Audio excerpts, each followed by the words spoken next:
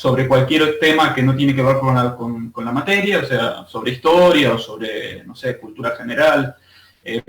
No importan las preguntas ni las respuestas, lo único que importa es que ustedes puedan hacer una prueba del sistema y ya vean cómo funciona y demás, ¿sí? Eso lo vamos a hacer la semana que viene.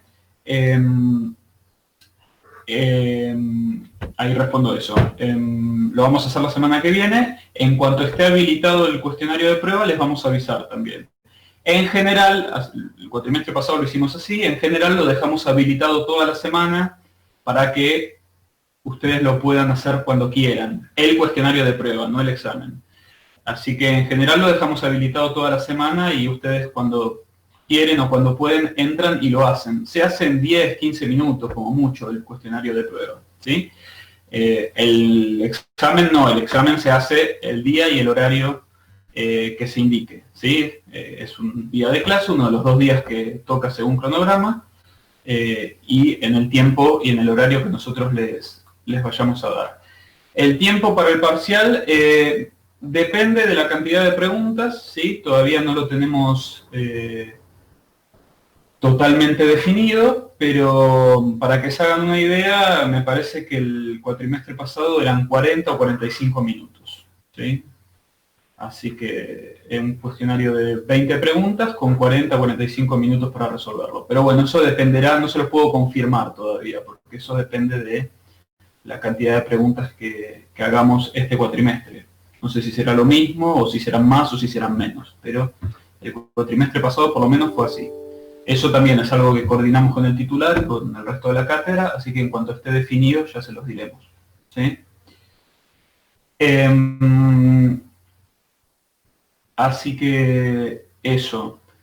2 semanas es poco tiempo, ¿sí? O sea, de acá a la semana del parcial tenemos 2 semanas, así que lleven la lectura al día, ¿sí? No cuelguen con la lectura del material. Los exámenes parciales se aprueban leyendo, ¿sí? Es fundamental eso. No se aprueban solamente con las clases. Lo que hacemos en clase es una explicación, ¿sí? Es una orientación, pero la clase no reemplaza la lectura del material, ¿sí? Así que es importante leer el material de estudio, ¿sí? Tanto las notas teóricas como los fallos, con tiempo y a conciencia, ¿sí? Si dejan todo para el final es imposible, no hay manera de estudiar todo este material junto en una semana, ¿sí? Así que no se cuelguen y lleven la lectura lo más al día posible.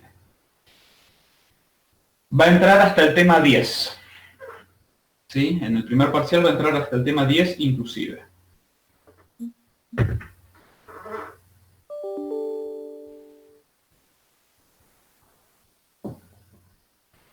Eso sí, se los puedo confirmar. Y bueno, eso. Cuando haya más información, tanto sobre el día exacto del parcial, como también sobre la habilitación del cuestionario de prueba, les vamos a avisar, ¿sí? Les mandaremos mensajes por campus, por mail, y les avisaremos en clase también, ¿sí? Así todos tienen la información. ¿Alguna pregunta en relación a eso?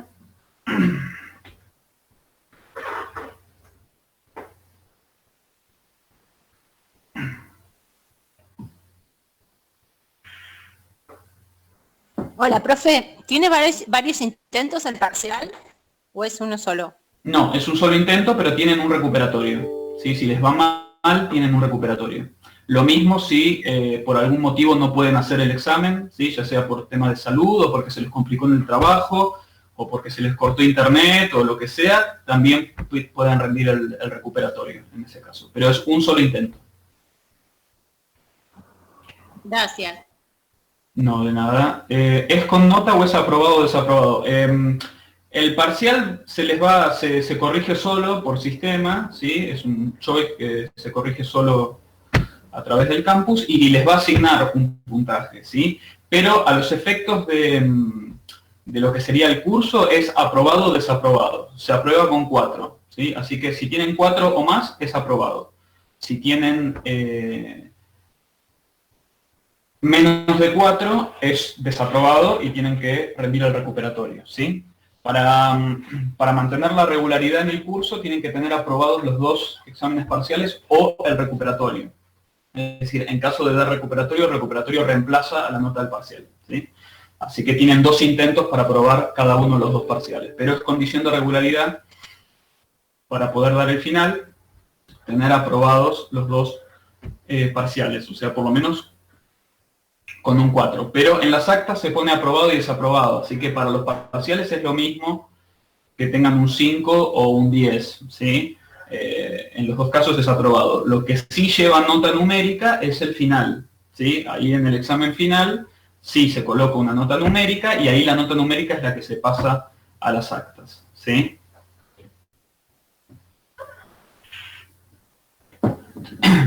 Todavía no lo sé. El cuatrimestre pasado fueron más o menos 20 preguntas en 45 minutos, según recuerdo. ¿Eran 40 o 45? Ahora no me acuerdo. Les digo cómo fue el cuatrimestre pasado. No sé todavía este cuatrimestre si va a ser la misma cantidad de preguntas y el mismo tiempo, o si serán menos o si serán más. Pero como para que se vayan haciendo una idea de cómo fue.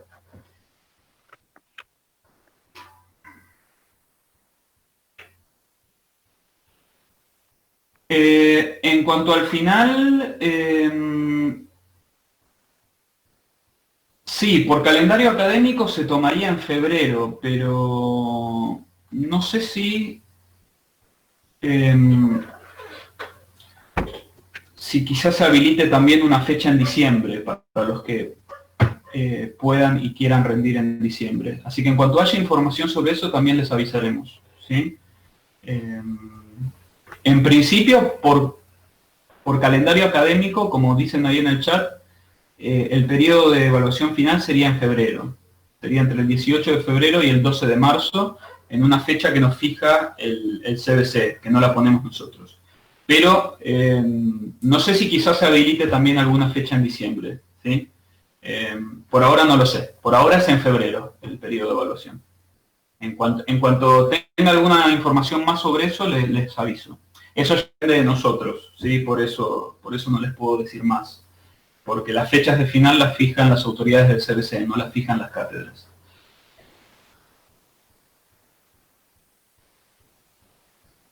En caso de que sea en diciembre, mira, por ahora nosotros venimos tomando todos los exámenes con cuestionarios online, ¿sí? A través del campus, porque no está permitido asistir a la universidad a tomar exámenes todavía. Eso ya es algo que depende ni siquiera del CBC, depende del rectorado de la Universidad de Buenos Aires. Así que por ahora las evaluaciones son online, ¿sí? A través del campus. Si en algún momento se habilita algo y se habilitan los finales presenciales y se toma final presencial, bueno, veremos, ¿sí? Pero por ahora estamos haciendo todo a través de cuestionarios online. Igual esto es también sobre la marcha. Así que eso. A ver si me perdí alguna otra pregunta. ¿Me podría recordar hasta qué tema? Hasta el primer parcial entra hasta el tema 10 inclusive.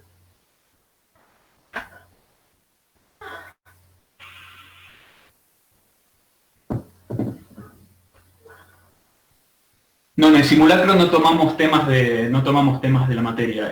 Hacemos un cuestionario sobre cualquier cosa, creo que sobre preguntas de historia o de cultura general. O sea, en el simulacro no importa el contenido de las preguntas, es solamente para que vean cómo es el sistema y para que prueben el sistema de cuestionarios del examen ¿cómo se llama?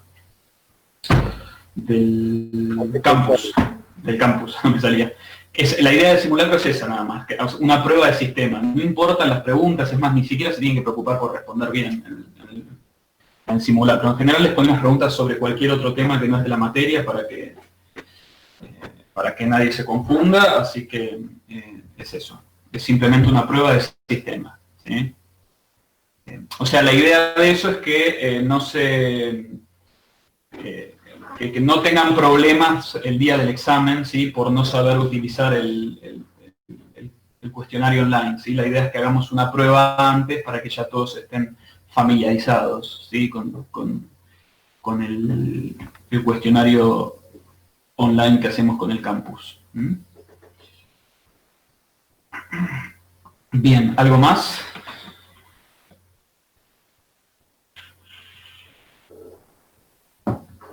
Nosotros hacemos así, en general el simulacro lo van a tener habilitado toda una semana y creo en general lo hacemos así y lo hacen cuando quieren o cuando pueden. En el examen nosotros le ponemos un horario de inicio y un horario de finalización, ¿sí?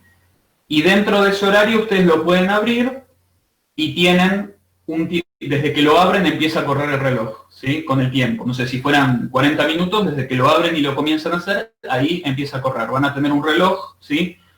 Tipo cronómetro que les va a indicar cuánto tiempo les queda, ¿sí? En general lo que hacemos es le ponemos, supongamos que el examen durara 40 minutos, en general lo habilitamos desde, no sé, desde las 19 hasta las 20, un poquito más, como por si alguien llegó un poco tarde, por si alguien se demoró, o lo que sea, tenga un poco más de tiempo. Pero eso sería el horario en que está habilitado el cuestionario. Después, desde el momento en que lo abren y lo empiezan a hacer, ahí empiezan a correr los minutos que tengan, ¿sí? Si fueran 40 minutos, ahí empiezan a correr los 40 minutos y tienen un reloj que les va marcando el tiempo como para ir manejando el tema del tiempo.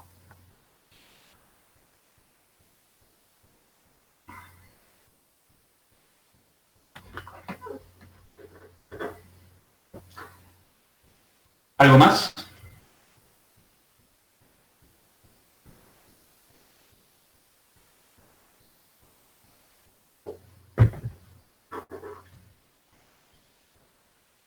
Sí, profe, le voy a preguntar, a la hora del parcial, ¿hay que estudiarse bien los números de ley o la fecha de algún caso o solamente la parte práctica del caso, ¿no? Sí, no nos interesa ir al dato así anecdótico ni al dato fino, tipo preguntar un número de ley y cosas así.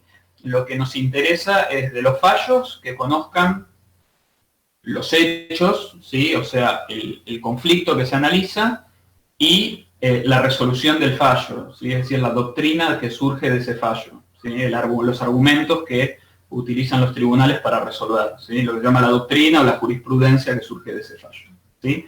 O el holding, como nosotros se los explicamos. No vamos a preguntar por datos así muy puntillosos como preguntar un número de ley o preguntar algún detalle muy puntilloso de los hechos. Nos interesa simplemente eso, ¿sí? Que conozcan los hechos relevantes del caso, o sea, en qué consistió el caso, el conflicto que se originó, y la resolución del tribunal y la doctrina que deja sentada el tribunal en cada fallo, ¿sí? Es decir, lo que vamos analizando en clase. Y después de las notas teóricas, los distintos conceptos, sí, ahí son importantes los distintos conceptos teóricos que se plantean en las notas introductorias, eso también es importante que lo sepan, ¿sí? Se evalúan las dos cosas, se evalúa la parte teórica que está en las notas introductorias y se evalúa la doctrina de los fallos.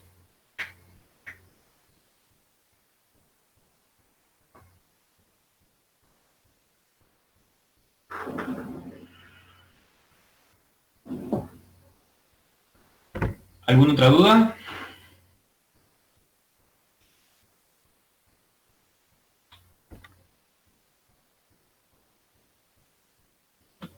Igual quédense tranquilos que para todo lo que es la parte operativa, digamos, del parcial, tenemos tiempo todavía, ¿sí? Tenemos todavía la semana de simulacro, así que tranqui con eso, no se hagan, no se preocupen.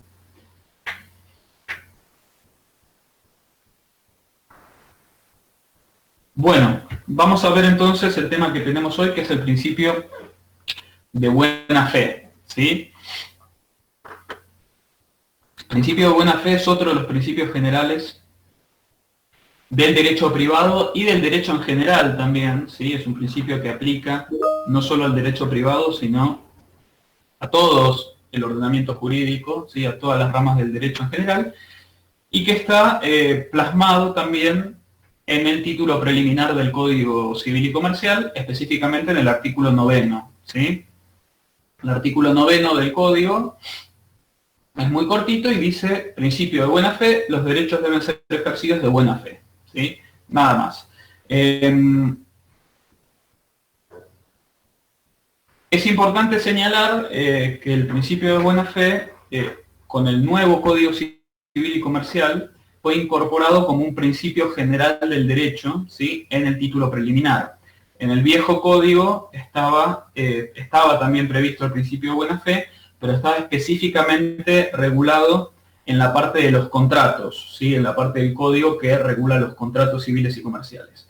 Con el nuevo código, o con el código actual, mejor dicho, se lo incorpora como un principio general de todo el derecho, ¿sí? No solo del derecho civil y comercial, sino del derecho en general, y por eso queda plasmado en el título preliminar del Código Civil y Comercial. Según lo que surge textualmente del artículo 9 del Código, el principio de buena fe se aplica específicamente a lo que es el ejercicio de los derechos, ¿sí? O sea, lo que nos dice el Código es que los derechos tienen que ser ejercidos de buena fe.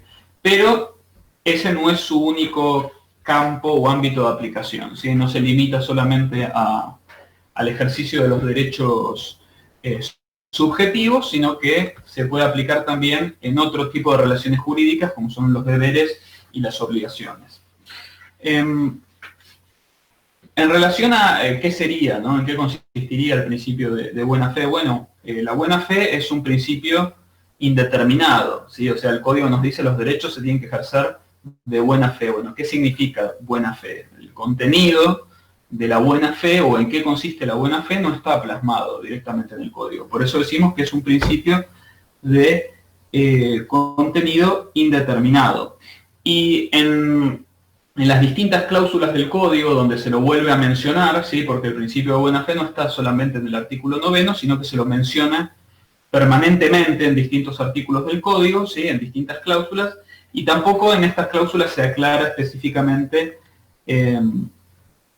cuál vendría a ser su contenido, ¿no? Sino que el código en otros artículos dice que las personas tienen que actuar de buena fe, que los contratos se tienen que cumplir de buena fe. Entonces permanentemente se acude a este concepto, pero no se precisa el contenido específico, ¿no? Así que ahí podemos recurrir a los aportes de la doctrina, ¿sí? La doctrina nos da una definición de lo que puede entenderse como principio, el concepto de la buena fe y qué significa ejercer los derechos de buena fe y cumplir con los contratos de buena fe.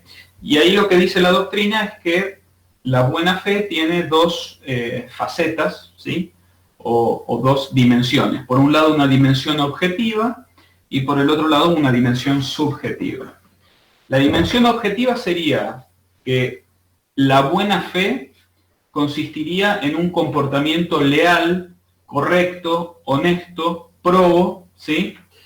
Que se debe adoptar en el marco de toda relación jurídica. O sea, desde un punto de vista objetivo, buena fe sería comportarse de una manera correcta, honesta, leal, proba, en el marco de todas las relaciones jurídicas, ya sean los contratos, las relaciones de familia, etc. Y desde un punto de vista subjetivo, ¿sí? También se lo puede definir a la buena fe desde un punto de vista subjetivo, y desde un punto de vista subjetivo se apunta a la buena fe como una creencia o certeza razonable. ¿Qué quiere decir esto? Quiere decir que actuar de buena fe sería cuando uno actúa teniendo una certeza, ¿sí? O una creencia razonable en la existencia y el alcance de un determinado derecho o una determinada obligación propia, o bien la creencia o la certeza en un derecho o en una obligación de titularidad de un tercero, ¿sí? Es decir, comportarse de buena fe desde un punto de vista subjetivo sería actuar a partir de la creencia de que tengo un determinado derecho, a partir de la creencia razonable de que tengo un determinado derecho y que tengo o que tengo una determinada obligación, o de que otro tiene un determinado derecho y una determinada obligación, ¿sí? Lo contrario, actuar de mala fe, sería saber que yo no tengo un derecho determinado y sin embargo comportarme como si lo tuviera, ¿sí? O saber que otro tiene una obligación y sin embargo comportarme como si el otro no tuviera una obligación o un derecho, ¿sí?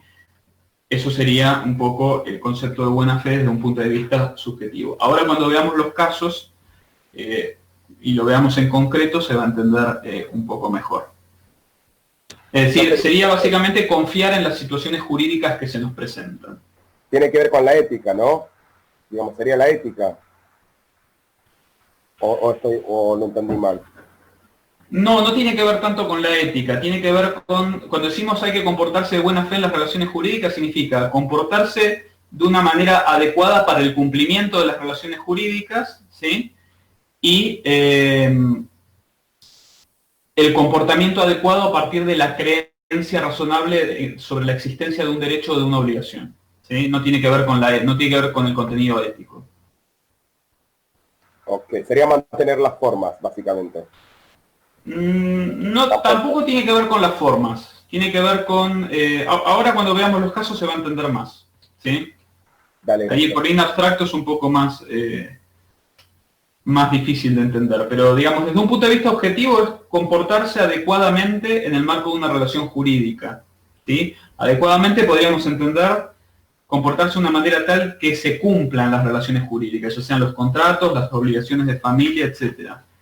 Y desde un punto de vista subjetivo es el comportamiento de aquella persona que tiene una creencia o una certeza razonable de que tiene un derecho o de que tiene una obligación y se comporta en consecuencia. Con lo cual la mala fe sería saber que no tengo un derecho o que otra persona no tiene una obligación y me comporto, sin embargo, como si tuviera un derecho que no tengo o me comporto como si la otra persona tuviera una obligación que no tiene o no tuviera una obligación, ¿sí? Ese sería, a eso apuntaría el concepto. Ahora en los casos se va a entender mejor. Cuando lo veamos en los casos concretos se va a entender mejor. Después tenemos el tema de la presunción, ¿sí? En el derecho civil la buena fe se presume, es decir, nuestro Código Civil parte de la presunción de que las personas siempre actúan de buena fe. Obviamente esta presunción es vencible. ¿Qué quiere decir esto? Que esta presunción se puede desvirtuar. Lo que pasa es que aquella persona que plantee o que invoque que otro se comportó de mala fe o que no se comportó de buena fe, lo va a tener que demostrar y lo va a tener que probar, ¿sí? Porque la buena fe es lo que se presume. No se presume la mala fe de las personas, sino que se presume la buena fe. Entonces, si yo quiero plantear que alguien se comportó de mala fe, tengo que alegarlo y probarlo. Salvo, ¿sí? Salvo que las circunstancias, ¿sí?, fácticas o jurídicas de determinada situación permitan presumir la mala fe, ¿sí? Hay circunstancias en las cuales no puede presumirse la buena fe, como por ejemplo, frente al principio de inexcusabilidad del derecho, ¿sí? ¿Se acuerdan la clase pasada cuando vimos el principio de inexcusabilidad? Dijimos que la ley en general se reputa conocida por todos y nadie puede invocar el desconocimiento de la ley para justificar su incumplimiento, ¿sí? Entonces, en relación al principio de inexcusabilidad no se puede oponer la buena fe para decir que yo no cumplí una determinada norma porque de buena fe no sabía que esa norma existía. Entonces yo actué de buena fe, no actué de mala fe, pero porque no sabía que una norma existía y por lo tanto actué en contra de una norma, pero de buena fe, porque simplemente no sabía que esa norma existía. Bueno, eso por principio de inexcusabilidad no se puede, ¿sí?, invocar, con lo cual, por ejemplo, el principio de buena fe frente al principio de inexcusabilidad cede en cuanto a la presunción de buena fe. ¿Se acuerdan cuando vimos, sí, un segundito, ¿se acuerdan cuando vimos el caso Corbalán? La clase pasada de esa mujer que había continuado percibiendo una pensión por el fallecimiento del padre muchos años después de haber cumplido los 18 años, ¿sí? Y cuando se tuvo que defender dijo, yo actué de buena fe porque no sabía que esta ley existía y además la pensión la seguía como representante legal de cuando yo era menor.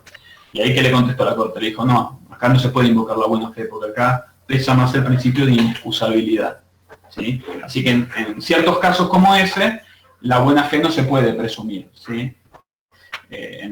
Cuando uno invoca el desconocimiento de las normas para tratar de justificar su incumplimiento.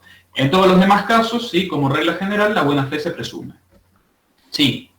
¿Qué significa inexcusabilidad? Perdón, ¿eh? Inexcusabilidad es el principio que vimos en la clase anterior.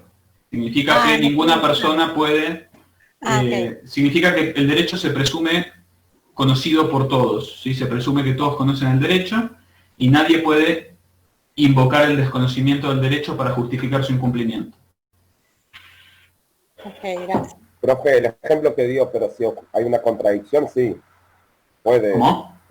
Si hay una contradicción de leyes, puede excusarse el acusado o la persona que está demandando ese. ¿Y cómo sería una contradicción de leyes? Y bueno, porque usted dice que quizá la persona esté quizás violando una obligación o le esté demandando una obligación a otra persona. Usted dice que no puede excusarse si es por ignorancia, ¿no? No sabía de eso, está bien, pero si hay una contradicción de ellos, como siempre la hubo en toda constitución, esa persona puede decir, mira, no lo cumplí o pedí esto, violando, digamos, de alguna forma la buena fe, pero porque hay una ley que dice esto y otra ley que dice otra cosa. Entonces estoy en duda. En algunos de los casos la Corte ponderó si las leyes tenían claroscuros o eran poco precisas o había poca certeza sobre su existencia. Así que en esas circunstancias, si se acreditara que una ley o algún conjunto de normas son poco claras o contradictorias, como vos planteás, se podría llegar a ponderar esa situación a los fines del principio de inexcusabilidad. Sí. Pero en uno de los fallos se lo menciona eso, no me acuerdo específicamente en cuál, si era el de Corbalán o el de, o no me acuerdo cuál, pero sí, en algún fallo la Corte destacó eso. Lo destacó en el sentido inverso, dijo acá tenemos que aplicar el principio de inexcusabilidad porque la ley era muy clara y no tiene ningún tipo de claroscuro o situación poco clara o confusa que permite inducir al error sobre la existencia de una norma. Así que si lo traducimos a la inversa, podría argumentarse que cuando una norma tuviera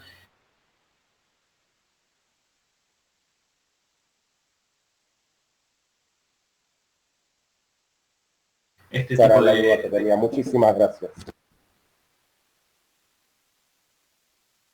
Sí, pero el principio es una excepción. El principio de excusabilidad. Sí.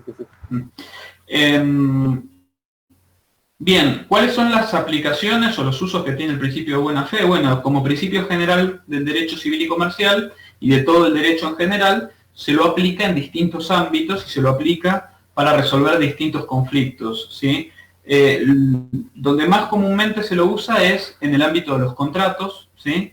De tanto lo que es la interpretación de los contratos, cuando existiera alguna disputa o alguna duda sobre el alcance, ¿sí? De alguna cláusula incluida en un contrato, y también sobre el cumplimiento de los contratos, ¿sí? Si se generara alguna disputa en torno al adecuado cumplimiento o el incumplimiento de un contrato que se está ejecutando. Y también se lo utiliza, por ejemplo, mucho en el ámbito de la responsabilidad civil, ¿sí? Cuando veamos responsabilidad civil, que es un tema de la segunda parte, vamos a ver que al momento de evaluar la responsabilidad de una persona por los daños generados, ¿sí? Se tiene en cuenta también como un factor de atribución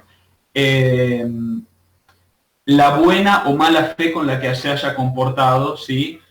En el hecho que generó algún tipo de consecuencia dañina para otra persona. Pero eso lo vamos a ver más adelante. Bien, nosotros tenemos 3 fallos, ¿sí? Para ver cómo distintas situaciones en las cuales se aplica el principio de buena fe para resolver controversias. Uno de esos fallos es un fallo civil, ¿sí? Es un fallo de materia civil y comercial. Otro es de materia contencioso administrativa, porque es una demanda contra el Estado Nacional. Y hay un tercer fallo que es sobre temas laborales, ¿sí? Sobre conflictos laborales o derecho del trabajo. Así que, como ven, el principio de buena fe no es exclusivo del derecho civil y comercial, sino que se puede aplicar, y de hecho la Corte lo ha aplicado a distintas ramas del derecho. El primer caso que tenemos es Gutiérrez, que es un caso, no es un caso difícil, pero por la forma en que está plasmado en la sentencia, a lo mejor es difícil de reconstruir, así que se los voy a explicar yo, para que les sea más fácil después la lectura, ¿sí? Como antecedente para este fallo tenemos que tener presente, ¿sí? Que este conflicto se origina a partir de un matrimonio que decide divorciarse, ¿sí? En el marco del divorcio, el marido, ¿sí?, que integraba este matrimonio, decide vender algunos bienes para deshacerse de parte del patrimonio y sacar bienes de lo que sería el acervo matrimonial, ¿sí?, es decir, los bienes de la sociedad conyugal, para que no se dividan después del divorcio, ¿sí? O sea, una maniobra un poco fraudulenta para los derechos de su esposa o de su ex esposa después del divorcio. Entonces, en el marco de este divorcio que se inicia, uno de los cónyuges vende una de las propiedades, ¿sí? Vende una de las propiedades al señor Gutiérrez, que es el que lleva el nombre de este fallo. Se realiza, ¿sí?, la compraventa, ¿sí?, se hace la transacción, se firma la escritura, se entrega la escritura, se lleva a cabo la tradición, que sería la entrega del inmueble, ¿sí?, y solamente quedó pendiente inscribir la escritura en el registro de la propiedad, ¿sí?, que es una exigencia que surge del derecho público local, más que del derecho civil, pero que es una exigencia al fin. O sea, se había cumplido con todos los pasos de la venta, faltaba la inscripción en el registro público, que es lo que permite oponer la escritura al resto de las personas, ¿sí? Frente a esto, ¿sí?, la esposa, probablemente tomando conocimiento o enterándose de que su ex esposo estaba haciendo estas ventas, se presenta ante el juez del divorcio, ¿sí?, y le pide que decrete una inhibición general de bienes, ¿sí? La inhibición general de bienes es una medida cautelar que se puede tomar en el marco de los procesos civiles y comerciales, y que básicamente lo que hace una inhibición general de bienes es ordenar, ¿sí?, una paralización, ¿sí?, de todo el patrimonio de una persona, lo cual le impide venderlo, enajenarlo o gravarlo de alguna otra manera, ¿sí? La idea es inmovilizar el patrimonio de una persona mientras tramita un juicio para asegurar que ese patrimonio no se pierda y que por lo tanto no se afecten los derechos de las personas involucradas. El juez hace lugar a la inhibición general de bienes, ¿sí?, se decreta la inhibición general de bienes, y la inhibición general de bienes es notificada, ¿sí?, a los distintos registros de propiedad. Frente a eso, Gutiérrez, que había omitido hacer la inscripción del inmueble que le había vendido uno de los cónyuges, se presenta al registro de la propiedad y a través de su escribano, comienza a realizar los trámites de la inscripción del inmueble que le vendieron, ¿sí? El trámite avanza, ¿sí?, se inscribe la escritura, pero posteriormente, cuando el registro de la propiedad advierte que se había trabado una inhibición general de bienes y que la inhibición general de bienes había sido decretada, ¿sí?, había sido ordenada antes de la inscripción de la escritura, el registro deja sin efecto la inscripción, ¿sí?, deja sin efecto la inscripción. Con lo cual Gutiérrez no puede inscribir la escritura en el registro de la propiedad porque ya estaba trabada la inhibición general de bienes, ¿sí?, ordenada por el juez que tramitaba el divorcio. Frente a eso, Rodríguez se presenta ante el juez del divorcio, ante el juez civil que tramitaba el divorcio, y plantea lo que se llama una tercería de dominio, ¿sí? Una tercería de dominio es lo que se hace cuando un juez ordenó una medida cautelar sobre determinado bien, como puede ser una inhibición general o como un embargo, ¿sí?, y una persona que se considera que tiene un mejor derecho sobre ese bien, se presenta ante el juez y le pide que levante el embargo, planteando que él tiene un mejor derecho sobre ese bien que las personas involucradas en el caso. En este caso en particular, Gutiérrez se presenta ante el juez del divorcio y le dice, mire, usted ordenó una inhibición general de bienes que, entre otras cosas, afectó a este inmueble que uno de los cónyuges me vendió, ¿sí?, y yo no estoy pudiendo inscribir mi escritura porque usted decretó una inhibición general de bienes, pero yo soy ahora el dueño del inmueble, así que por favor levántela y déjeme inscribir el inmueble. Déjeme escribir la escritura, mejor dicho, en el registro de la propiedad. El juez rechaza la tercería, ¿sí?, porque le dice que precisamente como la escritura no estaba inscripta, la escritura de compraventa no era oponible a terceros, es decir, no se podía invocar ese derecho frente a terceros hasta que no estuviera inscripta, ¿sí? Entonces ahí es cuando se origina este caso, ¿sí? El señor Gutiérrez apela a esta decisión del juez de primera instancia, la Cámara la confirma, y Gutiérrez acude a la Corte Suprema, ¿sí? Va a la Corte Suprema contra las decisiones que se habían tomado en las instancias anteriores, que le habían rechazado esta tercería, o sea, este pedido de que se levantara la inhibición general. Cuando se presenta ante la Corte, Gutiérrez plantea como argumento la inconstitucionalidad de la ley de la provincia de Buenos Aires que regulaba el requisito de la inscripción de las escrituras en los registros de propiedad. Y lo que dice es que, mediante una ley de la provincia de Buenos Aires, se había agregado un requisito que no estaba regulado en el Código Civil, y que por lo tanto teníamos una ley provincial que contradecía a una ley nacional como es el Código Civil. Entonces, como argumento, le plantea a la Corte la inconstitucionalidad de la ley. Y ahí es cuando la Corte le contesta, de alguna manera, contesta este argumento en la sentencia, diciendo que Gutiérrez no se estaba comportando de buena fe, ¿sí? No se estaba comportando de buena fe. ¿Por qué? Porque estaba yendo en contra de sus propios actos. ¿Qué quiere decir esto? Gutiérrez le compró el inmueble a uno de los cónyuges del divorcio, ¿sí? Uno de los cónyuges que se estaba divorciando. No lo inscribió. Después se decretó la inhibición general de bienes y frente a eso concurre a través de su escribano al registro para apurar el trámite de la inscripción, sabiendo que había una inhibición general de bienes. En principio le inician el trámite y después se lo dejan sin efecto cuando en el registro se enteran de la inhibición general. Entonces, ¿qué es lo que le dice la Corte? Usted, en principio, se sometió a la ley que está cuestionando. Es decir, usted acudió al registro de la propiedad e hizo las gestiones para que se inscriba la escritura, ¿sí?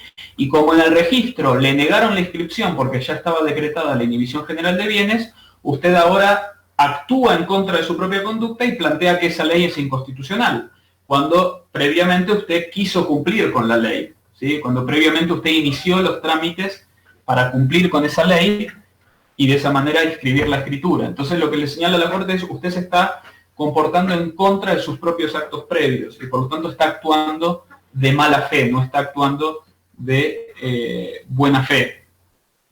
Es decir, ¿en qué consistiría en este caso la no actuación de buena fe o el comportamiento de mala fe? En que primero inició los trámites para cumplir con la inscripción, ¿sí?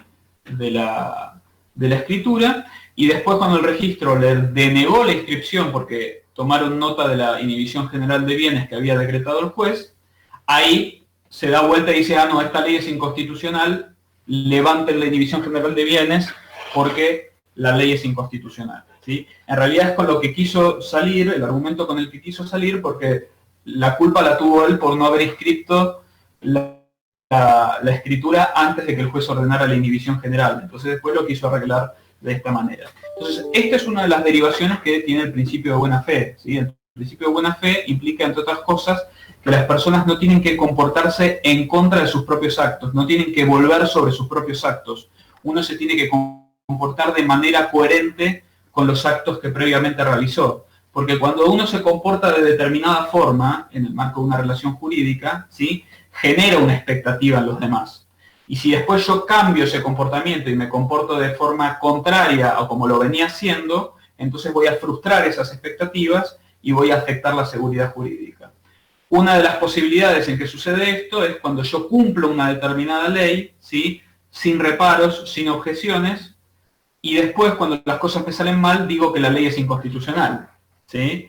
Eso sería un comportamiento un ejemplo de un comportamiento contrario a la buena fe, ¿sí?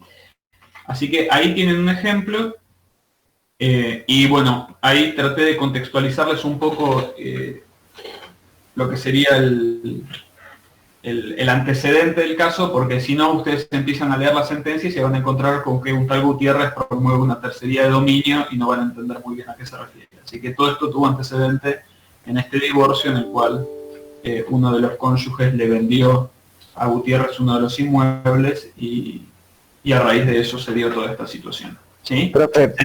¿Se entendió más o menos? Igualmente, lo que nos interesa a nosotros es que vean esta idea de que la buena fe no se respeta cuando una persona se comporta en contra de sus propios actos y específicamente, por ejemplo, cuando acata una ley sin cuestionarla, sin impugnarla y después, ¿sí?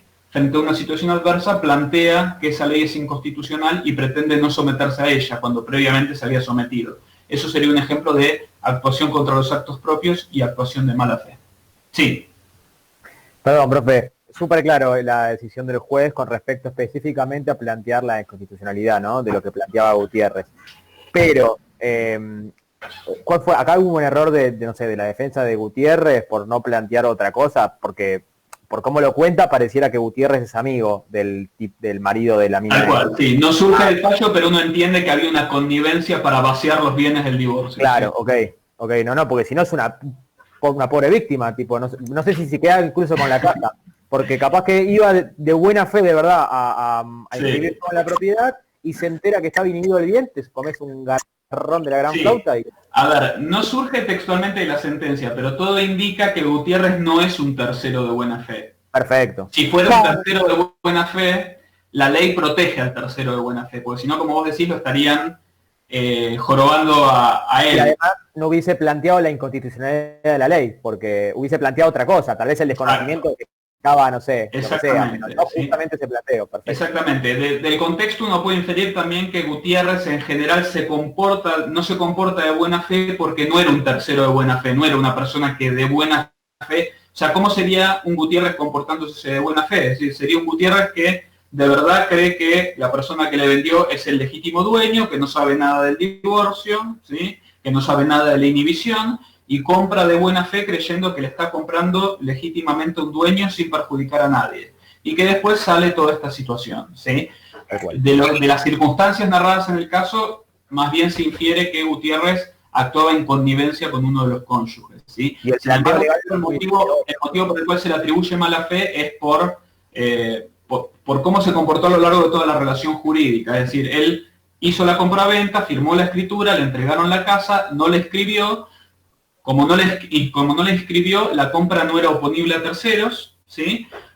Frente a eso, la cónyuge, ¿sí? La esposa pide la inhibición general de bienes, ¿sí? Sabiendo las maniobras que estaba realizando su exmarido, y cuando se decreta la inhibición general de bienes, ahí Gutiérrez quiere apurar el trámite de la inscripción, y cuando se lo rechazan porque ya estaba la inhibición general, ahí dice, no, pero esta ley es inconstitucional. No, ¿cómo es inconstitucional? O sea, es el argumento del manotazo doblado con el que salís para el final, ¿no? Pero, profe, una pregunta. Sí. ¿No se tiene una certificación de dominio para comprobar que no hay... Es que el inmueble era del cónyuge, ¿sí? Lo que pasa es que es ganancial, y la ganancialidad no significa que es de los dos cónyuges, ¿sí? Un bien puede ser de uno de los cónyuges, pero ser ganancial porque se adquirió durante el matrimonio. Y que sea ganancial significa que si bien puede ser de uno de ellos, en este caso del esposo, ¿sí? Cuando se decrete el divorcio se va a partir ese bien, va a ser 50% para cada uno. Eso significa la ganancialidad. La ganancialidad tiene efectos después de la disolución de la sociedad conyugal, ya sea por divorcio o por fallecimiento de uno de los dos cónyuges. Durante el matrimonio la propiedad es de quien es.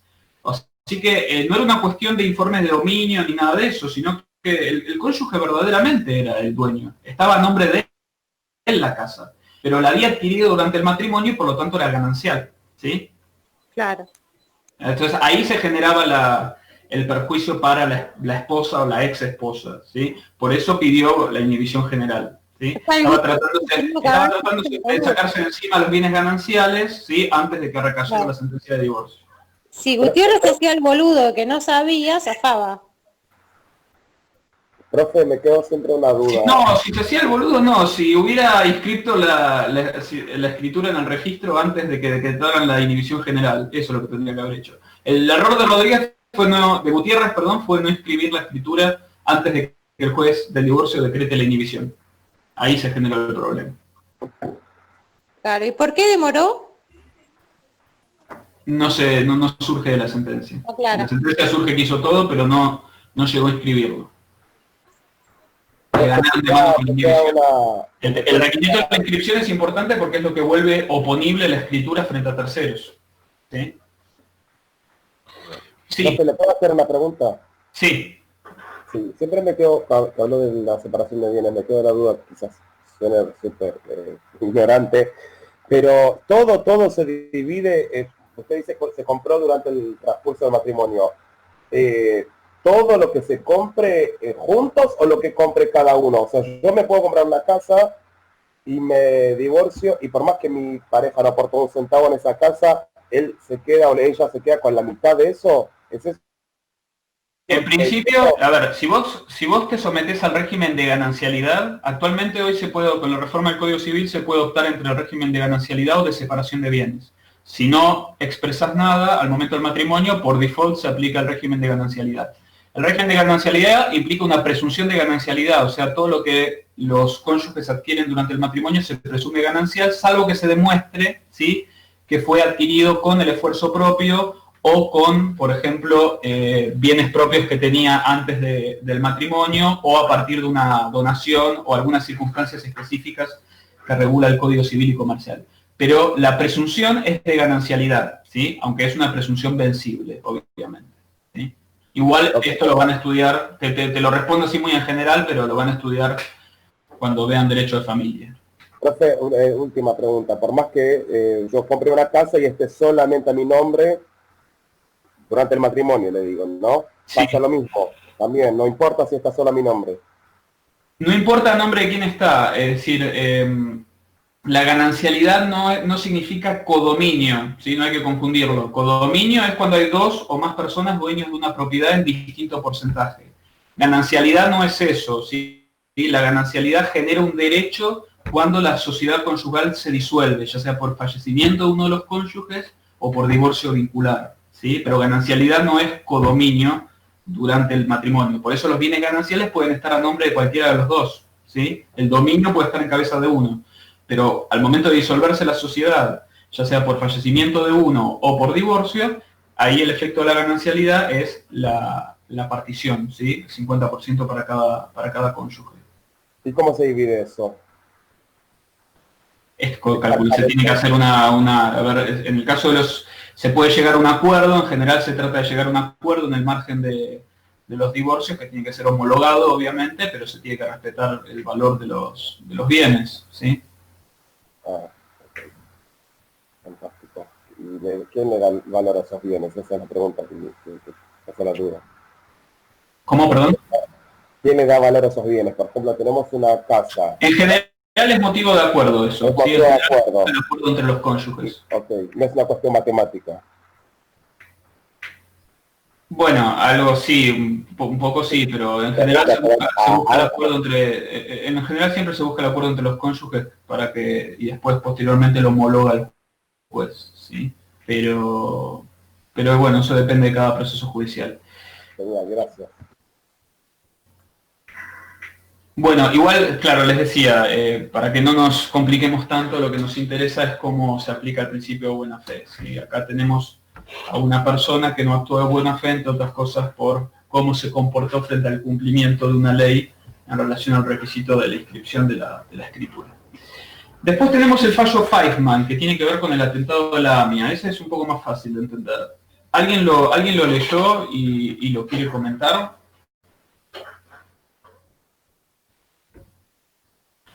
Yo lo podría comentar. Dale. Bueno, según lo que me acuerdo, en el atentado de la AMIA fallecieron el marido y el padre de esta señora. Bien. Pero se le pasó el plazo para lo que sería pedir una indemnización, porque esto pasó en el 1994 y ella pidió esto en el 2006, creo. Bien, ¿te acordás cómo se llama ese plazo? No recuerdo, pero el plazo era de 2 años. Bien, prescripción se llama. Prescripción. El plazo para reclamar judicialmente el cumplimiento de una obligación. Bien. Sí, ¿qué más?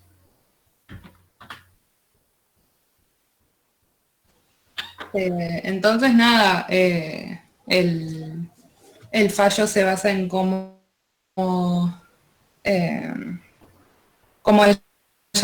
la lucha con el tema de la indemnización y cómo medio que se lo quiere negar, obviamente, y nada, eso. ¿Te acordás, pudiste detectar más o menos cómo está aplicado acá el principio de buena fe y y cómo juega acá el principio de buena fe en este caso en particular. ¿Quién es el que se comportó de mala fe en este caso? Yo creo que se la consideraría a la señora por el hecho de que no, bueno, como dijimos antes, el principio de inexcusabilidad, como que ella no podía decir que no sabía que había un plazo, porque lo tendría que haber averiguado en ese momento en todo caso. Pero Me parece. del lado del Estado Nacional, ¿qué había pasado? En principio, Del lado del Estado bajo Nacional. circunstancias normales, lo que vos decís sería correcto. Es decir, el plazo de prescripción se reputa conocido por principio de inexcusabilidad, entonces yo si inicio una acción judicial una vez prescripta esa acción, entonces no podría invocar que se me pasó el plazo. Pero ¿qué había pasado del otro lado? Eso es lo que sería la defensa del Estado, pero lo que denuncia, Exacto, bien. lo que denuncia ella es que 2 años antes había sido el atentado a la Embajada de Israel y la verdad es que no se hicieron cargo de poner medidas preventivas ni nada. Entonces, nada, como que quedó en responsabilidad del Estado el tema de que no hicieron nada para prevenir. Y nada, creo que también decía como que el Estado después admitió haber como encubierto cuando fueron ambos atentados en realidad, y que la verdad es que no se hicieron para nada responsables por más de que lo dijeron de palabra, ponele. Bien, va por ese lado, por el reconocimiento de la responsabilidad. Por ese lado iría la aplicación del principio de buena fe. ¿Alguien más que lo haya leído y quiera comentar algo sobre el fallo? A ver si por ahí podemos retomar esta idea de que hubo un reconocimiento expreso de responsabilidad por parte del Estado, y entonces cómo jugaría el principio de buena fe ahí para resolver esta cuestión. Profe, buenas tardes. Lo que me parece en la elaboración del caso es que, digamos, como que quieren, digamos, añadir el caso de que no se tuvo, digamos, la buena prescripción de haber resuelto eso en el pasado los 2 años, y es como que actúan, digamos, por no haber ejercido anteriormente la resolución de ese tema. ¿Puede ser? Como que quisieron dar la resolución pasado ese tiempo, como que se tomó, que no atendieron, como decía acá mi compañera, sobre el primer atentado, y que no tomaron las recaudaciones. Sí, bien. Eso que señalan ustedes tiene que ver con el fundamento de la responsabilidad, ¿no? O sea, con por qué el Estado Nacional era responsable por las muertes en el atentado de la AMIA. Y ahí lo que se le atribuyó al Estado Nacional es un incumplimiento, ¿sí?, de sus obligaciones de seguridad, o sea, de proveer seguridad ciudadana, que si bien la responsabilidad o el deber del Estado de proveer seguridad es un deber genérico, ¿sí?, porque no es que tiene responsabilidad de ponernos un policía por cada uno de nosotros, y es un deber que cumple con los recursos que tiene disponible.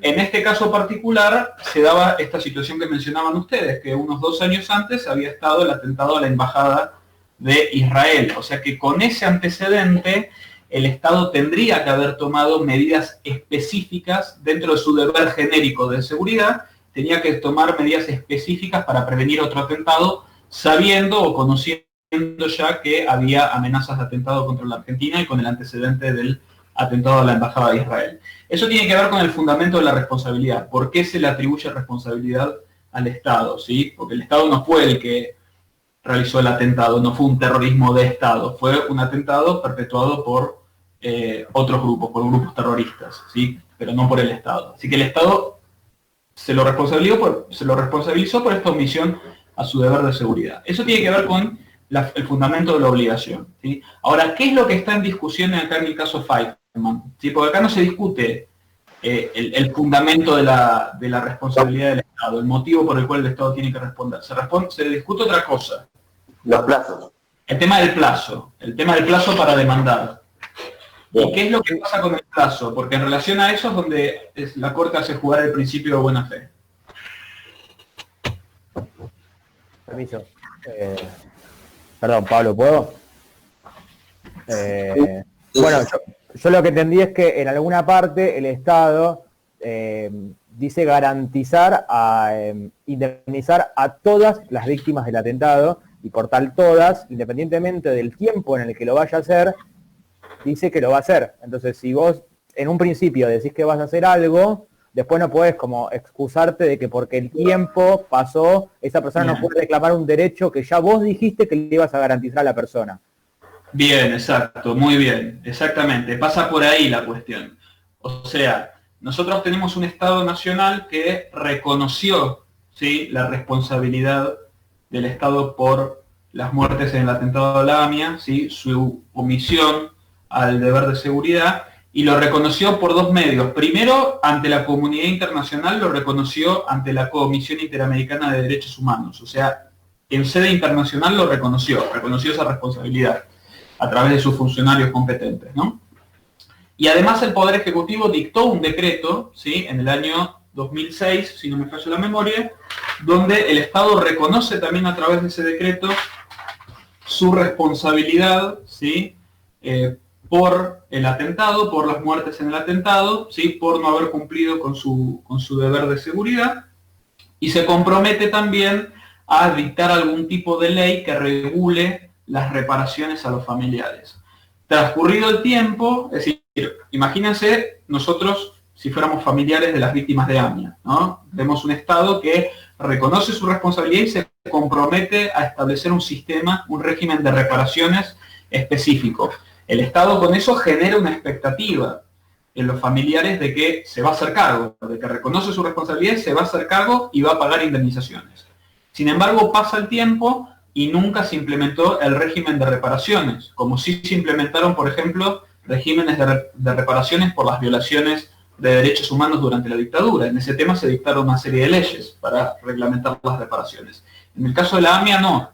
Entonces los familiares, entre ellos Feitman, tuvieron que iniciar juicios, ¿sí?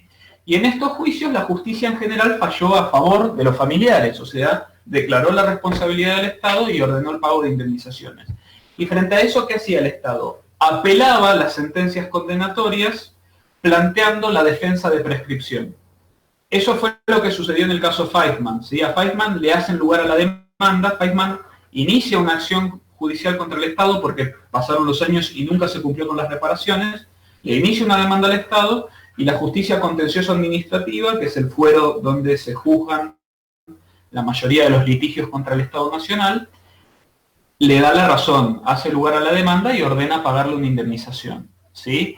¿Y qué es lo que hace el Estado? Apela a estas sentencias oponiendo como defensa la prescripción. O sea, el atentado se produjo en el año 94, el plazo de prescripción para responsabilidad extracontractual es de 2 años, la acción se inició fuera del plazo de prescripción.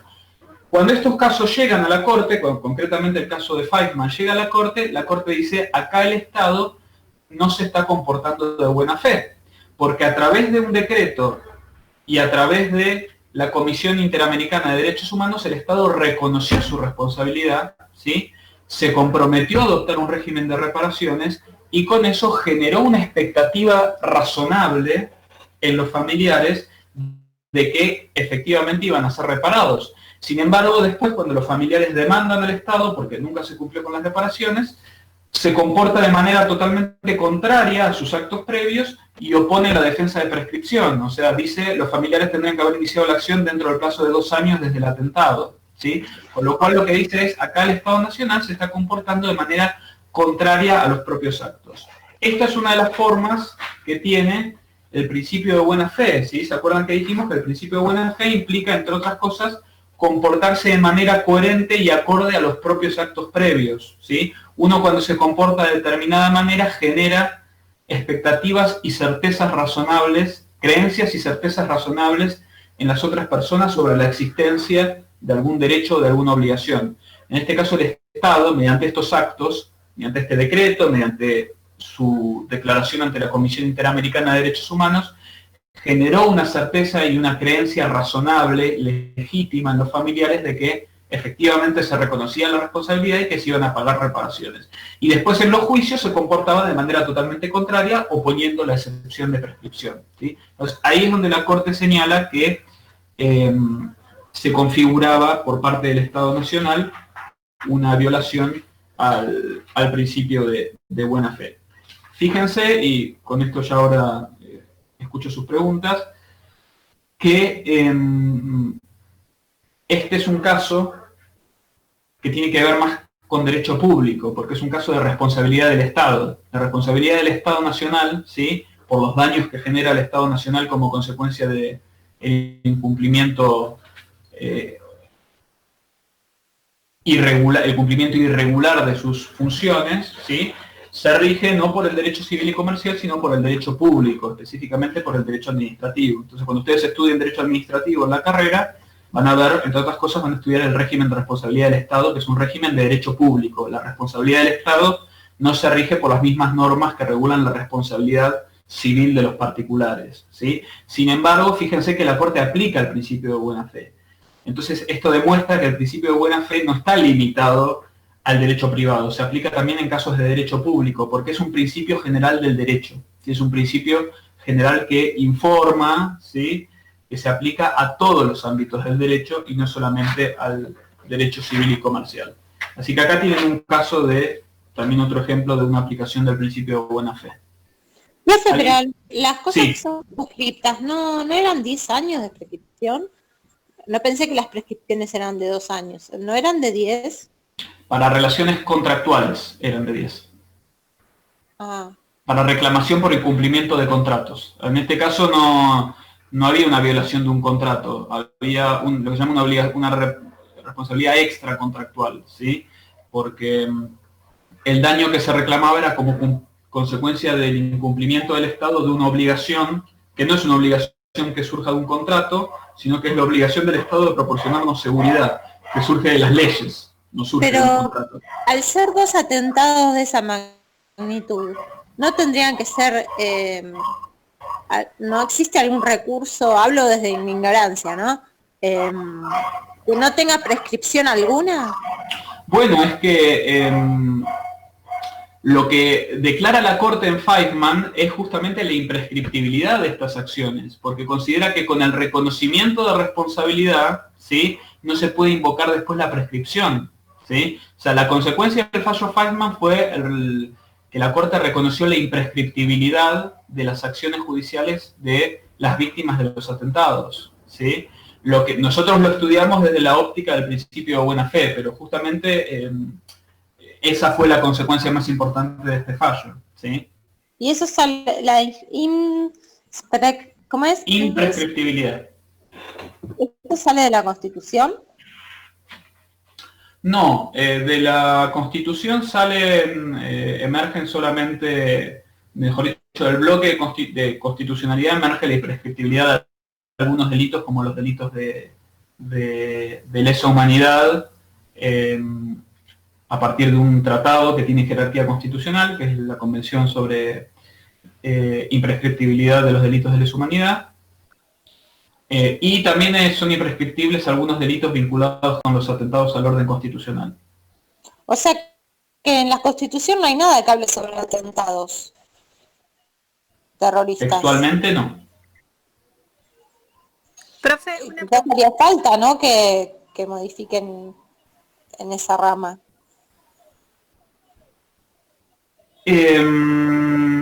Pasa que las constituciones no regulan cuestiones tan específicas. Las constituciones tienen más bien principios más bien generales y reglas de competencia para los órganos estatales. Así que estas cosas es más posible, ¿sí?, que se regulen a nivel legislativo y por vía de tratados. Vieron que, por ejemplo, se han planteado leyes y tratados para la imprescriptibilidad de delitos de corrupción, hay tratados de imprescriptibilidad para delitos de lesa humanidad y crímenes de guerra, así que es más común que estas cuestiones se puedan regular por vía legislativa y por vía de tratados, más que a través de las constituciones. Gracias. La Convención sobre Terrorismo también, exacto. profe, en este caso, en este fallo, ¿también no debería la justicia haber actuado como de oficio, ya que el Estado ya había manifestado que iba a reparar a todas las víctimas del atentado? No. En vez de que cada una fuera a hacer el reclamo puntualmente. No, la actuación de oficio se da solamente en el ámbito penal frente a delitos de orden público, ¿sí? Pero en este caso no se trataba de la investigación penal, se trataba de las reclamaciones individuales que hacían los familiares y las víctimas, donde reclamaban indemnizaciones, ¿sí? Entonces, como se trata de derechos esencialmente individuales, ¿sí?, las acciones siempre se van a promover a pedido de parte interesada. La justicia no puede actuar de oficio en estos casos, porque en definitiva se están reclamando derechos individuales de las víctimas, ¿sí? Donde sí hay una actuación de oficio de la justicia es para la investigación penal del atentado. Ahí claramente sí, porque se trata de un delito de orden público, de acción pública, perdón. Un delito de acción pública. Pero no en este tipo de acciones. Esto era una demanda, una acción contencioso-administrativa de Feifman y sus hijos contra el Estado Nacional, reclamando su derecho individual a ser indemnizados, que es un derecho esencialmente individual. Después, cuando veamos derechos individuales y colectivos, vamos a ver que la característica de los derechos individuales es que solo pueden ser reclamados exclusivamente por sus titulares, así que no procede la actuación de oficio.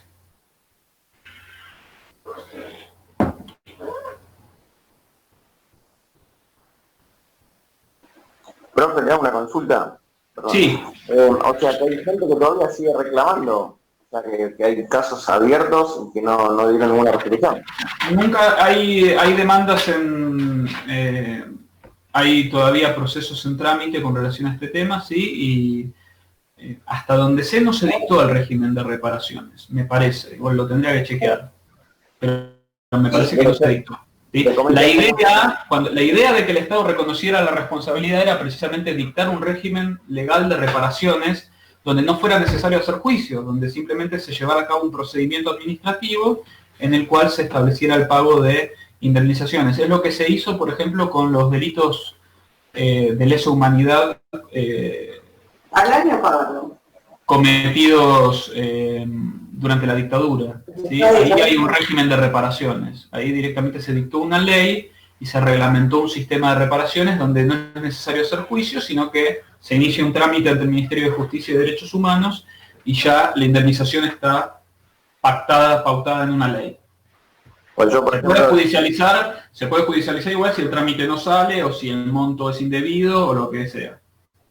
Bueno, a mí me llamó la atención de este caso, ¿no? Algo cortito, porque yo, por ejemplo, tengo algo digamos, un familiar cercano digamos, a mi señora, que fue el primo de ella, que en el atentado fue una de las personas de seguridad de la AMIA, ¿sí? Y al año le liquidaron toda digamos, de Israel y toda la familia. ¿Viste? En un año se resolvió el Estado y todo. Por eso me llamó la atención que después de tantos años hubieran tantos casos con este tema.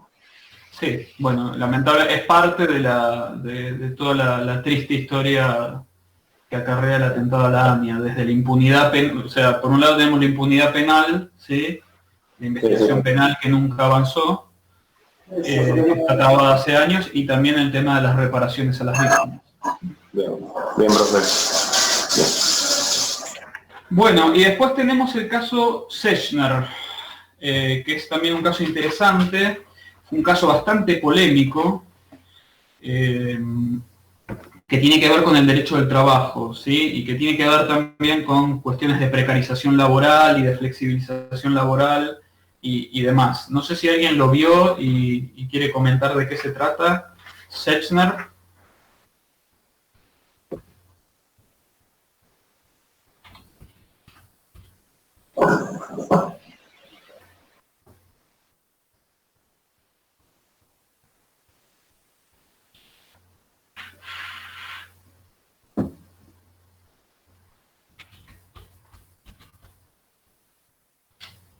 Bueno, a ver, comento, no sé si personalmente la tengo leído.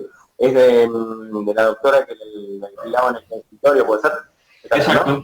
Ese. Bueno, usaban, digamos, como si fuera una relación directamente, digamos, contractual como empleado, pero no, le alquilaban los consultorios a esta oftalmóloga, no recuerdo el nombre, con un sanatorio que puntualmente tiene muchos años, no, me llamó mucho la atención el caso. También trabajo en salud, y bueno, que le hacían facturas de los consultorios, una locura.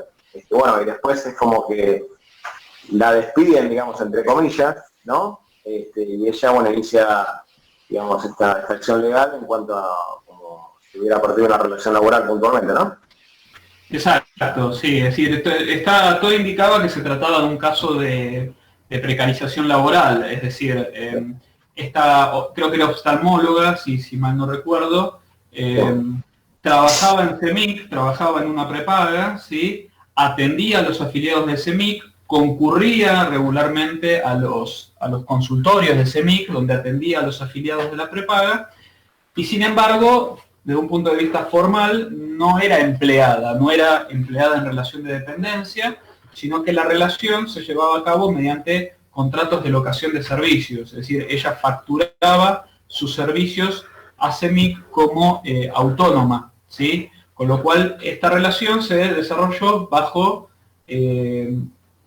bajo la supuesta forma de un trabajo autónomo y no un trabajo de relación de dependencia. Cuando el trabajo es en relación de dependencia, se aplica la ley de contrato de trabajo y eso da derecho a toda una serie, da lugar, mejor dicho, a toda una serie de derechos, como son la remuneración pactada por convenio, las vacaciones, el aguinaldo, los aportes jubilatorios, etcétera, toda una serie de cuestiones que el derecho a la indemnización en caso de despido arbitrario y toda una serie de cuestiones que en el marco de una relación de trabajo autónomo sin relación de dependencia no se dan. La particularidad de este caso es que esta oftalmóloga trabajó durante 23 años, ¿sí? Atendiendo afiliados de CEMIC, pero siempre facturando los servicios como autónoma, ¿sí? No estaba formalizado como una relación de trabajo. Cuando CEMIC pone fin a esta relación, ¿sí? La oftalmóloga inicia una demanda, ¿sí? Contra el CEMIC, una demanda laboral, donde plantea, ¿sí? Invoca que en realidad durante todos estos años existió una relación de trabajo bajo relación de dependencia y que por lo tanto le correspondía un derecho a la indemnización por despido y que correspondía que CEMIC le hiciera los aportes jubilatorios omitidos durante todo este tiempo. Para eso hay que tener en cuenta que, en primer lugar, la justicia del trabajo le dio la razón a Sechner, ¿sí? Y para eso aplicó un artículo de la ley de contrato de trabajo, que es el artículo 23, ¿sí? Esto cuando estudian derecho laboral también va a ser una de las primeras cosas que vean en derecho laboral, que es la presunción de relación de trabajo, ¿sí? La presunción de contrato de trabajo. Esta presunción lo que indica es que cualquier servicio personal que uno realice para un tercero, ¿sí? Se presume que es un contrato de trabajo, que es una relación de trabajo, salvo que por las circunstancias específicas se demuestre que no existe una relación de dependencia, o sea que el trabajo es realizado de manera independiente o autónoma, ¿sí? Pero justamente para proteger al trabajador y evitar todas estas precarizaciones, la ley de contrato de trabajo parte de esta presunción, de que cualquier servicio que uno realiza para un tercero se presume, salvo prueba en contrario, que es una relación de trabajo, ¿sí? Y por lo tanto, se configura un contrato de trabajo, aunque no se lo haya instrumentado por escrito, ¿sí? Con todos los derechos inherentes, salvo, como les decía, que se demuestre lo contrario, es decir, que se demuestre que por las circunstancias en las cuales se realiza ese trabajo, no existe relación de dependencia, sino que se trata de un trabajo autónomo, es decir, lo que se llamaría una locación de servicios, ¿sí? Que es lo que en este caso invocaba CEMIC. Artículo 23 de la LCT, la Ley de Contrato de Trabajo, exactamente. Bien. CEMIC apela, ¿sí? La decisión en la justicia del trabajo, las dos instancias hicieron lugar a la demanda de Sechner, es decir, le dieron la razón. Entre otras cosas, ¿cuáles fueron los argumentos por los cuales la justicia del trabajo le dio la razón a Sechner? Bueno, la justicia del trabajo entendió que claramente había quedado demostrado, ¿sí? Que acá había una relación de trabajo, más allá de que no se la había formalizado, no se la había blanqueado como relación de trabajo, porque, por ejemplo, señalaron que Sechner concurría regularmente a los consultorios, atendía regularmente a los afiliados de CEMIC, y que incluso para tomarse vacaciones tenía que pedirle las vacaciones previamente a CEMIC, y que CEMIC otorgaba las vacaciones en función de la antigüedad de los médicos, ¿sí? Con lo cual, por todas esas situaciones que fue señalando a la justicia del trabajo, entendieron que acá había una relación de trabajo encubierta, ¿sí? Es decir, había un fraude laboral, un fraude a la ley de empleo. Se estaba disfrazando una relación de trabajo. Yo digo empleo porque estoy acostumbrado al empleo público. En el empleo privado decimos trabajo, se dice trabajo, contrato de trabajo. Lo que dijo la justicia del trabajo es, acá hay una relación de trabajo, hay un contrato de trabajo encubierto, ¿sí? Bajo contratos de locación o bajo la aparente forma de un trabajo autónomo. Es decir, se la está precarizando a esta médica, se le violaron sus derechos laborales porque acá efectivamente existía una relación de trabajo, una relación de dependencia. Hay que tener en cuenta para eso que el derecho al trabajo, que es un derecho tuitivo, es decir, un derecho que busca proteger a la parte más débil, que es el trabajador, presume la relación de trabajo, ¿sí? Cuando hay una prestación de servicios, salvo que se demuestre lo contrario, y el contrato de trabajo existe, ¿sí? A partir de que se empieza a desarrollar esa relación, aunque no se lo haya formalizado por escrito, ¿sí? Bien, el caso llega a la Corte Suprema, y la Corte Suprema deja sin efecto, ¿sí?, la sentencia condenatoria de la Cámara Nacional del Trabajo.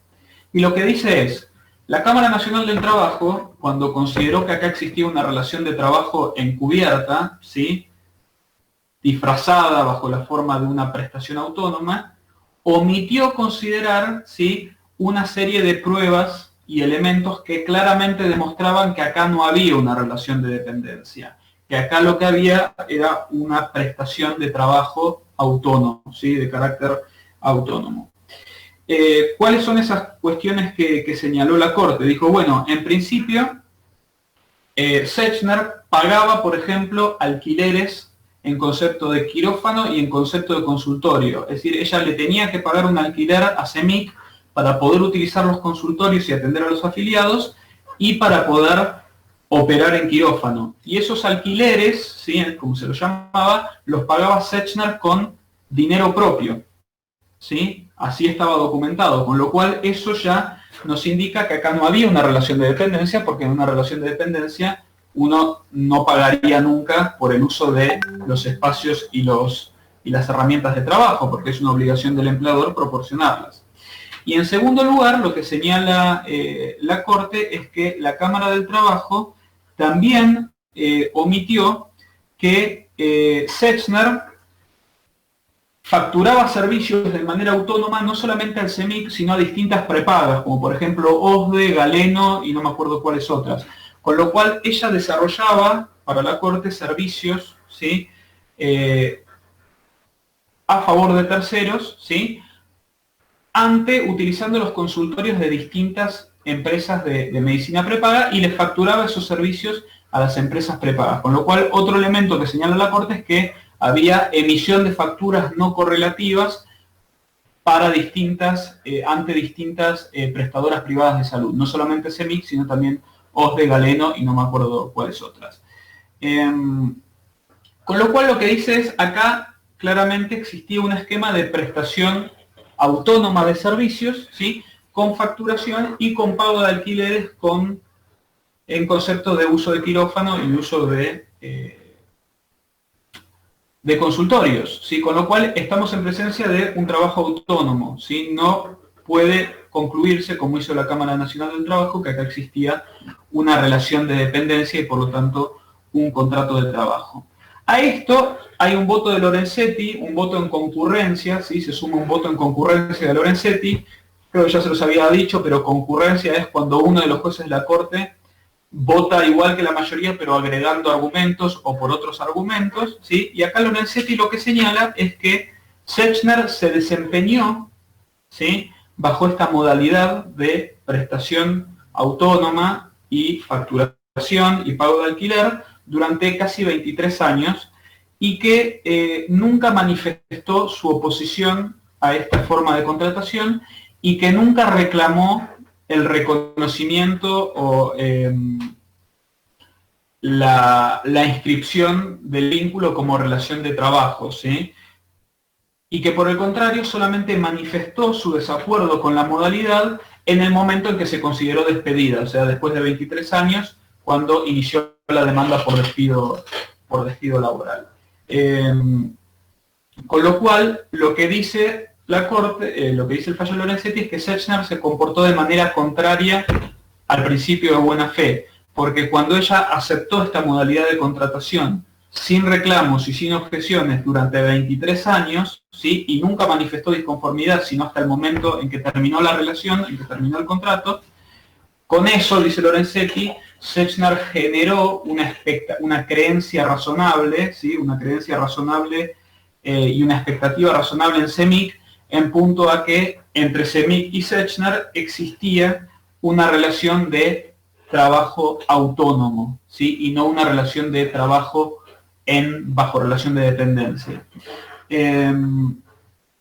Con lo cual, uno de los argumentos que da Lorenzetti para dejar sin efecto la sentencia de Cámara es que Sechner, al comportarse como se comportó, actuó en contra del principio de la buena fe al aceptar durante 23 años esta forma de contratación y generar una expectativa razonable en CEMIC de que efectivamente existía una relación de trabajo autónomo, ¿sí? Existían locaciones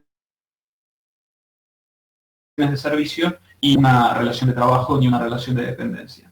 Como se imaginarán, el fallo generó una enorme polémica, fue muy criticado, ¿sí? Fue muy criticado sobre todo por sindicatos, ¿sí? Organizaciones gremiales y algunos sectores de la política también, porque se lo vio como un guiño a la precarización. Es decir, uno podría claramente imaginar que Sechner no trabajaba de esa manera porque quería, sino porque eran las condiciones que le imponían a ella y a muchos de los médicos y profesionales de la salud que trabajaban ahí, ¿sí?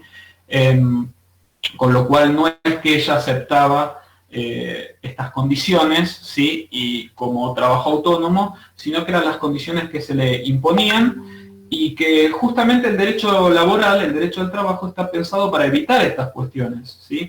Para lo cual plantea una serie de institutos que buscan proteger a los trabajadores de este tipo de situaciones. Por ejemplo, cuando se encubre una relación de trabajo disfrazándola de trabajo autónomo, ¿sí? Cuando claramente había otras circunstancias que indicaban que había una relación de dependencia encubierta, ¿sí? Entonces, entre otras cosas, la Ley de Contrato de Trabajo diseña un sistema de presunciones, de derechos indisponibles, justamente, por un lado, para presumir, salvo prueba en contrario, que la prestación de servicios se reputa como relación de trabajo, ¿sí? Salvo que se demuestre, se acredite lo contrario. Acá la Corte entendió que había circunstancias que acreditaban lo contrario.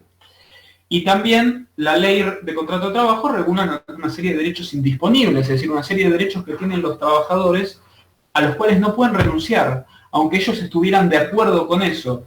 ¿Por qué? Porque justamente se reconoce que a veces los trabajadores pueden acceder, consentir ciertas condiciones, no porque estén de acuerdo, sino porque están en una situación de necesidad económica, ¿sí? Porque la relación de poder económico en un contrato de trabajo es dispar. Entonces, puede suceder que un trabajador acepte ciertas condiciones, no en verdad porque esté de acuerdo, sino porque no le queda otra, ¿sí? Entonces, para eso, la Ley de Contrato de Trabajo regula una serie de derechos indisponibles y una serie de presunciones, es decir, establece un régimen intuitivo. Por esto este fallo generó mucho ruido, porque acá justamente la Corte consideró que la Cámara del Trabajo, que tiende a fallar a favor de los trabajadores, no había considerado una serie de factores que, según la Corte, indicaba que acá no había una relación de trabajo, sino una prestación de carácter autónomo, ¿sí? Y por lo tanto había elementos para vencer la presunción de contrato de trabajo que establece el artículo 23 de la LCT.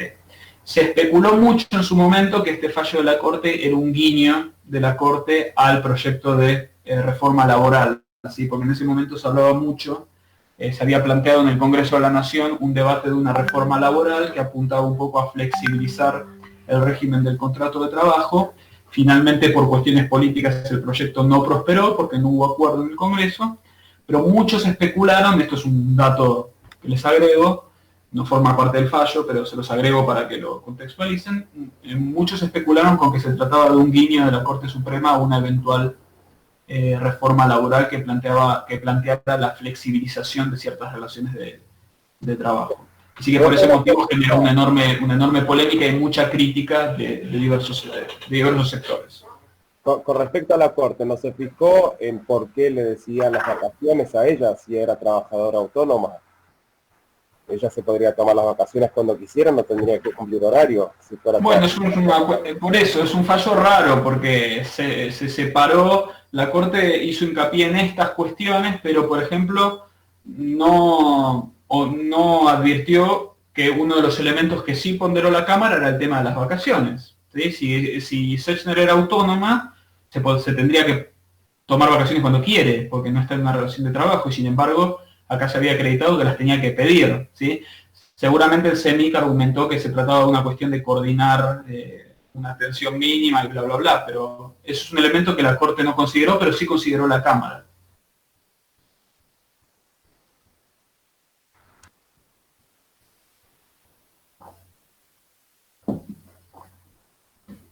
Por eso digo que es un fallo bastante cuestionable en algunos aspectos y que generó mucha especulación y obviamente mucha crítica, porque se lo vio como un guiño a la flexibilización y a la precarización laboral de los trabajadores de la salud, y también se especuló con que podía ser un primer guiño de la Corte Suprema a una eventual reforma laboral que planteara un esquema de flexibilizaciones.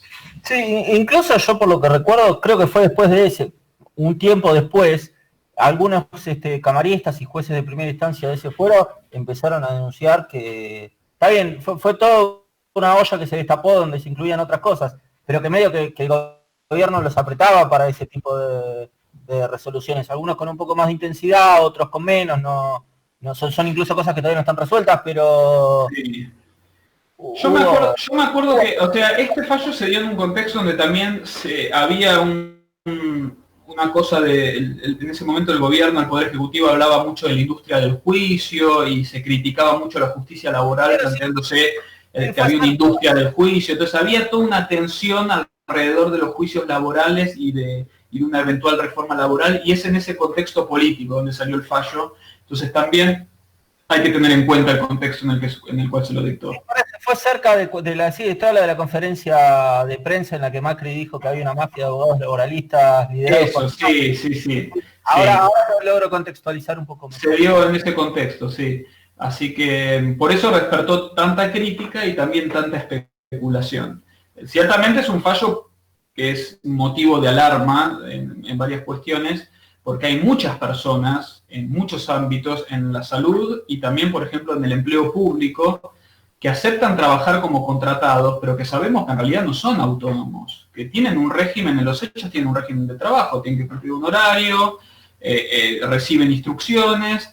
Lo que pasa es que se disfrazan las relaciones de trabajo o de empleo público bajo formas de contratos de locaciones de servicios, trabajo autónomo y demás.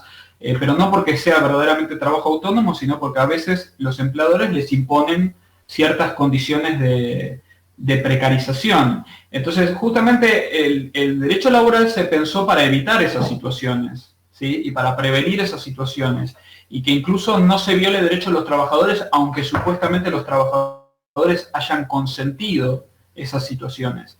Y acá la Corte dijo, no, bueno, fíjense, dijo casi todo lo contrario, dijo, Sechner trabajó así facturando durante 23 años, entonces generó en el pobre CEMIC una expectativa razonable de que efectivamente había trabajo autónomo. O sea, la lógica del fallo pareciera que es que acá el pobre y el débil era el empleador, cuando la lógica del derecho laboral es proteger a la parte más débil, que es el trabajador, no el empleador. Entonces, por eso también generó mucha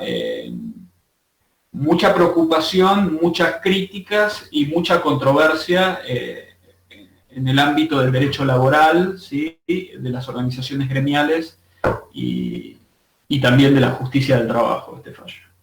Pero bueno, a nosotros nos interesa que vean también cómo se aplicó en este caso el principio de buena fe. No hay muchos casos en los cuales la Corte tenga oportunidad de aplicar este principio, porque es más bien un principio que se aplica en el derecho común, ¿sí? Por lo tanto lo aplican los tribunales inferiores. Pero bueno, también ven cómo se lo aplica como un principio general del derecho en casos de distintas materias, ¿sí? Vimos un caso civil, el de la tercería de dominio y el inmueble Vimos un caso contencioso administrativo, como era la demanda de Feisman contra el Estado Nacional, y por último, una demanda laboral en Sechner. En todos ellos se aplica el principio de buena fe como principio general del derecho para resolver el conflicto. ¿Sí?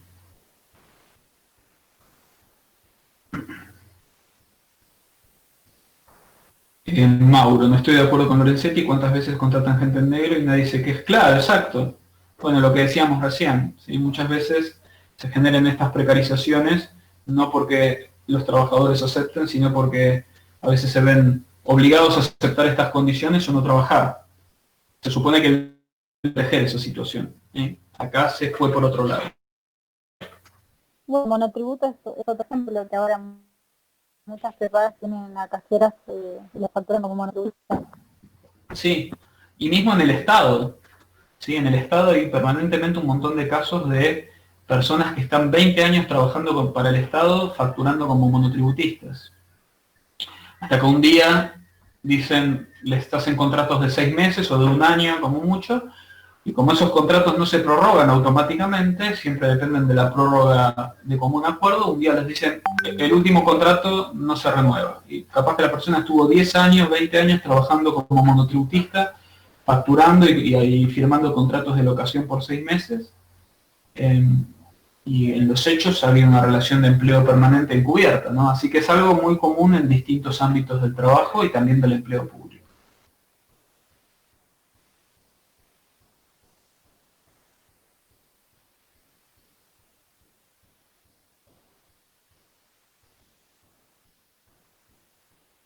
Bueno, ¿alguna duda de los casos de hoy? La clase que viene vamos a ver abuso del derecho y abuso de posición dominante, ¿sí? Así que si pueden, avancen con la lectura de esos temas. Vamos a ver si los podemos ver los dos en la clase del viernes, pues son dos temas relacionados. Así que si los podemos ver juntos y terminarlos, mejor. Si no hay dudas, ya terminamos por hoy. Listo, profe. Buenas noches. Buenas noches. Buenas noches, profe. Profe, buenas noches. Chao, buenas noches. Chao.